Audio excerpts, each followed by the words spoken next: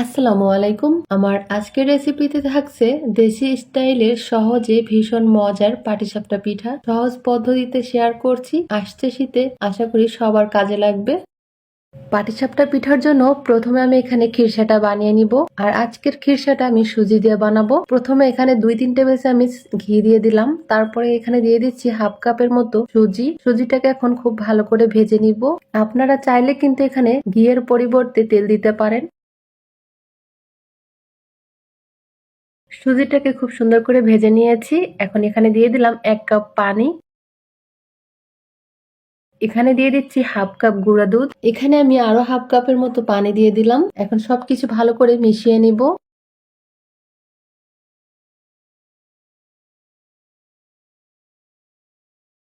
এখানে দিয়ে দিচ্ছি পরিমাণ মতো লবণ।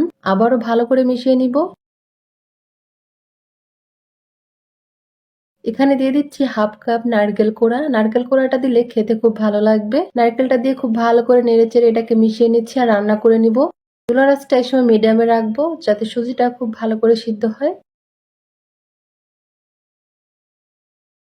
খিরসাটা যখন 80% রান্না করা হয়ে যাবে তখন এখানে আমি দিয়ে দিচ্ছি পরিমাণ মতো খেজুরের গুড়। আমি হাফ কাপের মতো দিয়েছি, আপনারা আপনাদের পরিমাণ মতো দিতে পারেন। এখন ভালো করে এটাকে রান্না করে নিব আরো 2-3 মিনিট।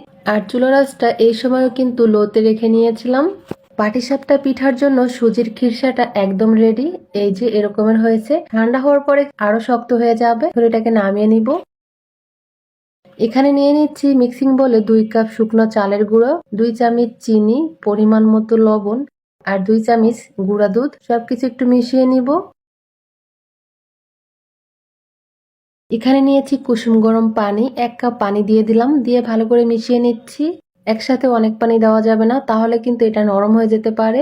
এখানে আরো 1 কাপ পানি নিয়েছি। অল্প অল্প পানি দিয়ে এখন মিশিয়ে নিব। এই যে মিশ্রণটা একদম রেডি। আর মিশ্রণটা ঠিক এরকমের হবে। মিশ্রণটা একদম রেডি। এখন এটাকে আমি 10 মিনিটের জন্য রেস্টে রাখবো। 10 মিনিট পরে এখানে প্যানে একটু হালকা তেল ব্রাশ করে দিচ্ছি। তারপরে এখানে 1 চামচ মিশ্রণ এইভাবে ছড়িয়ে দিচ্ছি। কয়েক সেকেন্ডের মধ্যে পিঠাটা হয়ে যাবে। এখানে আমি সুজির যে খিরসাটা তৈরি করে রেখেছি সেটা পরিমাণ মতো দিয়ে দিচ্ছি। দিয়ে এইভাবে পেঁচিয়ে নিব। আর পেঁচিয়ে নিলেই পাটিসাপটা পিঠা রেডি। এইভাবে আমি আরো একটা পিঠা বানিয়ে দেখাচ্ছি। এই পিঠাটা বানানোর সময় চুলার আঁচটা শুরু থেকে শেষ পর্যন্তই লো আঁচে রেখে নেবেন, তাহলে পিঠাটা খুব ভালো মতো হবে।